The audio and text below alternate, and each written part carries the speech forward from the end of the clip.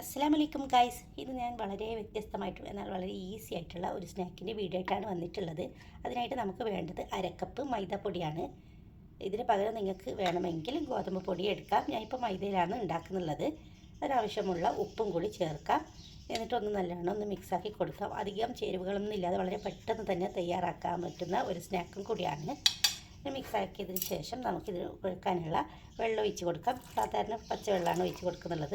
എന്നിട്ട് നമുക്ക് ചപ്പാത്തിക്ക് മാവ് കുഴക്കുന്ന പോലെ ഒന്ന് കുഴച്ചിട്ട് വരാം. അങ്ങനെ ഞാനിപ്പോൾ ഡോ ആക്കി വന്നിട്ടുണ്ട്, അത് അവിടെ ഇരിക്കട്ടെ. എന്നിട്ട് നമുക്കൊരു ഫില്ലിങ് തയ്യാറാക്കണം. സ്റ്റവ് എടുത്തിട്ട് അതിലോട്ട് ഒരു പാൻ വെച്ച് കൊടുക്കാം. ഇതിലോട്ട് ഞാനിപ്പോൾ ഒരു ഉരുളക്കിഴങ്ങ് ഇതേപോലെ കട്ട് ചെയ്തിട്ട് ഇട്ട് കൊടുത്തിട്ടുണ്ട്.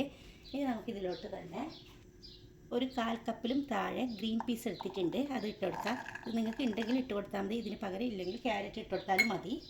എന്നിട്ട് നമുക്ക് 1 കപ്പ് വെള്ളം ഒഴിച്ചിട്ട് നല്ലവണ്ണം ഇതൊന്ന് വേവിച്ചെടുക്കണം. ഇപ്പോൾ ഉപ്പൊന്നും ഞാൻ ചേർത്തിട്ടില്ല, അങ്ങനെ തന്നെ വേവിച്ചെടുക്കാൻ ചെയ്യുന്നത്. അപ്പോൾ ഉപ്പ് ചേർക്കാതെ പെട്ടെന്ന് തന്നെ നമുക്ക് വെന്ത് കിട്ടും. അതിൻ്റെ പേരിൽ ഞാനിപ്പോൾ ഉപ്പ് ചേർക്കുന്നില്ല. അങ്ങനെയിപ്പോൾ ഇത് വെന്ത് വന്നിട്ടുണ്ട്. നമുക്ക് ഇതിനെ മറ്റൊരു പാത്രത്തിലോട്ട് മാറ്റാം. ഇതിൻ്റെ വെള്ളമൊക്കെ ഊറ്റിയിട്ട് വേണം മാറ്റിയെടുക്കാനായിട്ട്. ഇനി ഇതിലോട്ട് ഒരു 1/4 ടീസ്പൂണ് സാമ്പാർ പൊടിയാണ് ഇട്ട് കൊടുക്കുന്നുള്ളത്. നിങ്ങൾക്ക് ഏത് മസാല വേണമെങ്കിലും ഇട്ട് കൊടുക്കാം. ഞാനിപ്പോൾ സാമ്പാർ പൊടി ഇട്ടുന്നേ ഉള്ളൂ. ഇനി ആവശ്യത്തിനുള്ള ഉപ്പും കൂടി ചേർക്കാം. അധികം മസാലകളൊന്നും ഇല്ല ഇതിലോട്ട് ചേർക്കാനായിട്ട്. ഇനി നമുക്ക് വേണ്ടത് ചെറുതായിട്ട് അരിഞ്ഞ ഒരു സവാള, ചെറിയൊരു കഷ്ണം മതി, ഇതേപോലെ മുറിച്ചെടുക്കാം. പിന്നെ ഒരു എരിവിനായിട്ടുള്ള പച്ചമുളക് ഒരെണ്ണമാണ് ഇട്ടിട്ടുള്ളത്. നിങ്ങൾ എരിവിനനുസരിച്ചിട്ടുള്ള പച്ചമുളകോ മറ്റു ചുവന്ന മുളകോ ചേർക്കാം. എന്നിട്ട് ഇങ്ങനത്തെ ഒരു കയ്യിൽ വെച്ചിട്ട് നല്ലവണ്ണം ഇതൊന്ന് ഉടച്ചെടുക്കണം. അങ്ങനെ നല്ലവണ്ണം ഇപ്പോൾ ഞാൻ ഉടച്ച് വന്നിട്ടുണ്ട്. ഇത്രയാണ് ഇതിൻ്റെ മസാല എന്ന് പറയുന്നത്. ഇനി നമുക്ക് നേരത്തെ കുഴച്ച് വെച്ചിട്ടുള്ള ഡോ ഉണ്ടല്ലോ, അതെടുക്കാം. അങ്ങനെ ഇപ്പോൾ ഞാൻ ഡോന് ഇങ്ങനെ ഒന്ന് നീട്ടിയെടുത്തിട്ടുണ്ട്. ഒരു 3 പോർഷൻ ആക്കാൻ വേണ്ടിയിട്ടാണ് ഇങ്ങനെ എടുത്തിട്ടുള്ളത്. ഒരേപോലത്തെ ഈക്വലായിട്ടുള്ള പോർഷൻ എടുക്കാം. എന്നിട്ട് നമുക്ക് ഒരെണ്ണം എടുത്തിട്ട് ഇതൊന്ന് പരത്തിയെടുക്കാം. ടോപ്പിൽ കുറച്ച് മൈദപ്പൊടി വെറുതെ കൊടുത്തിട്ടുണ്ട്. എന്നിട്ട് നല്ല നേരിയതായിട്ട് വേണം ഒന്ന് പരത്തിയെടുക്കാനായിട്ട്. അങ്ങനെ പരത്തിയെടുക്കുന്നതൊന്നും കാണിക്കുന്നില്ല, നിങ്ങൾ ബോറടിപ്പിക്കുന്നില്ല. നിങ്ങൾ ആദ്യമായിട്ട് കാണുന്നതാണെങ്കിൽ ഒന്ന് ഇഷ്ടപ്പെട്ടാൽ ഒന്ന് സബ്സ്ക്രൈബ് ചെയ്ത് സപ്പോർട്ട് ചെയ്യണം. അങ്ങനെ 3 ഇതേപോലെ ഞാനൊന്ന് പരത്തിയെടുത്തിട്ട് വരാം. അങ്ങനെ ഒരു പാൻ വെച്ച് ചൂടാകുമ്പോഴേക്കും നമുക്ക് ഈ പരത്തി വെച്ചിട്ടുള്ള ഓരോ ചപ്പാത്തിയും ഒരു 2 സെക്കൻഡ് ഇപ്പുറവും 2 സെക്കൻഡ് അപ്പുറവും വേവിച്ചിട്ട് എടുത്താൽ മതി. അത്രയും മതി, ഒന്ന് ചൂടായി കിട്ടാൻ മാത്രം മതി. അപ്പോൾ ഇങ്ങനെ ആക്കി കൊടുക്കാം. നിങ്ങൾക്ക് നല്ല റൗണ്ട് ഷേപ്പിൽ കിട്ടുന്നില്ലെങ്കിൽ ഒരു പാത്രം വെച്ചിട്ട് പരത്തതിന് ശേഷം ഒന്ന് മുറിച്ചെടുത്താൽ മതി. ഇങ്ങനെ 2 സൈഡും 1 സെക്കൻഡ് ഇട്ടതിന് ശേഷം നമുക്ക് ഇതിനെ മാറ്റിയെടുക്കാം. 3 അങ്ങനെ വേവിച്ചെടുത്തിട്ടുണ്ട്. വേവിച്ചിട്ടില്ല, ഞാൻ പറഞ്ഞില്ലേ, അപ്പുറം ഇപ്പുറം ഒന്ന് ഒരു കലക്കായി ഉറപ്പായി കിട്ടിയാൽ മാത്രം മതി. ഈ ഷീറ്റ് ഉണ്ടാക്കുന്ന പോലെ അതേപോലെ. എന്നിട്ട് നമുക്ക് 1 ടേബിൾ സ്പൂണ് മൈദപ്പൊടി ചെറിയ കുഞ്ഞ് പാത്രത്തിൽ ഇതേപോലെ ഇട്ട് കൊടുക്കാം. ഇനി നമുക്ക് ഇതിലോട്ട് കുറച്ച് വെള്ളം കൂടിയിട്ട് നല്ല കട്ടിയുള്ള ഒരു പേസ്റ്റ് ആക്കിയിട്ട് മാറ്റാം. നിങ്ങൾക്ക് കാണുമ്പോൾ വിചാരിക്കും കുറേ പണിയുണ്ട്. അത്ര പണിയൊന്നുമില്ല, ഇത് ഉണ്ടാക്കുമ്പോൾ വളരെ എളുപ്പമാണ്. പിന്നെ ഞാനിപ്പോൾ ഉണ്ടാക്കുന്നുണ്ട്, അപ്പോൾ ബുദ്ധിമുട്ടിയിട്ട് നിങ്ങൾക്കും വേണ്ടിയിട്ട് ഒന്ന് ഉപകാരപ്പെട്ടിട്ടെന്ന് പറഞ്ഞിട്ടാണ് വീഡിയോ എടുക്കുന്നുള്ളത്. അല്ലാതെ ഇപ്പോൾ ഞാൻ ഉണ്ടാക്കുമ്പോൾ എനിക്ക് എടുക്കണമെന്നൊന്നുമില്ല, ആർക്കെങ്കിലും ഒന്ന് ഹെൽപ്പായിക്കോളല്ലോ, അതിന് വേണ്ടിയിട്ടാണ് വീഡിയോ എടുത്തിട്ടുള്ളത്. വീഡിയോ എടുക്കുന്നില്ലെങ്കിൽ നമുക്ക് പെട്ടെന്ന് തന്നെ ഉണ്ടാക്കാൻ പറ്റും. വീഡിയോ എടുക്കുന്നുണ്ട് ഓരോ സ്റ്റെപ്പും ഇങ്ങനെ കാണിച്ചു തരികയാണ്. നല്ല കട്ടിയുള്ളൊരു പേസ്റ്റ് ആക്കിയിട്ട് മാറ്റാം. നമുക്കൊരു ചപ്പാത്തി എടുക്കാം. അതിന് നേരെ പകുതിയാക്കിയിട്ട് നമുക്കൊന്ന് കട്ട് ചെയ്തെടുക്കണം. അപ്പോൾ ഇങ്ങനെ മടക്കിയിട്ട് കട്ട് ചെയ്താൽ നല്ല തുല്യ അളവിൽ തന്നെ കിട്ടും. ഞാനിപ്പോൾ കട്ടാക്കി എടുത്തിട്ടുണ്ട്. നമുക്കിത് ഒരു ഷീറ്റ് അവിടെ വെച്ചിട്ട് ഇതിങ്ങനെ വെക്കാം. എന്നിട്ട് നേരത്തെ കലക്കി വെച്ചിട്ടുള്ള പേസ്റ്റ് ഉണ്ടല്ലോ, അത് നമുക്ക് ഇതിന് ഈ സൈഡിലൊക്കെ ഇട്ട് ഒന്ന് ഇങ്ങനെ വെള്ളം വെച്ച് തേച്ച് കൊടുക്കാം.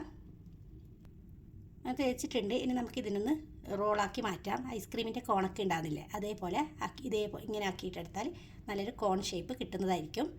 എന്നിട്ട് ലാസ്റ്റ് എത്തുമ്പോൾ ഒന്നും കൂടി പേസ്റ്റ് ഇവിടെ വേണമെങ്കിൽ തേച്ച് കൊടുത്തിട്ട് ഇങ്ങനെ ഒന്ന് ഒട്ടിച്ചെടുക്കാം.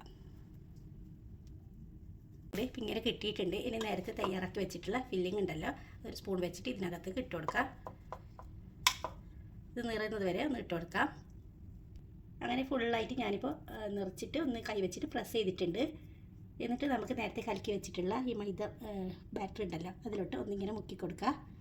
അതിനുശേഷം ഇപ്പോൾ ഞാൻ കുറച്ച് സേമ എടുത്തിട്ടുണ്ട്, റോസ്റ്റഡ് സേമയാണിത്. ഇതിനെ ഞാനൊന്ന് ക്രഷ് ചെയ്തെടുത്തിട്ടുണ്ട്. ഒരു മിക്സിയുടെ ജാറിലോട്ട് 1-2 പ്രാവശ്യം ഒന്ന് പൾസ് ചെയ്തെടുത്താൽ ഇതേപോലെ കുഞ്ഞായിട്ട് കിട്ടും. എന്നിട്ട് നമുക്ക് ഇതിലൊന്ന് മുക്കിയെടുക്കാം. ഇതേപോലെ ഒന്ന് ചുറ്റിലും മുക്കിയെടുക്കാം.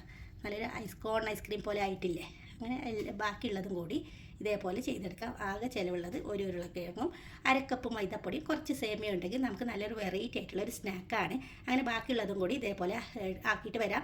നിങ്ങൾക്ക് വേണമെങ്കിൽ ഒന്നും കൂടി ഞാൻ കോണാക്കുന്നത് കാണിച്ചു തരാം. ചിലപ്പോൾ ബിഗിനേഴ്സൊക്കെ ഉണ്ടെങ്കിൽ കൺഫ്യൂഷൻ വേണ്ടല്ലോ. അപ്പോൾ ചിലപ്പോൾ കമൻറ്റൊക്കെ വരാറുണ്ട്, ഒന്നും കൂടി കാണിച്ചാൽ നല്ലതായിരിക്കുന്നു.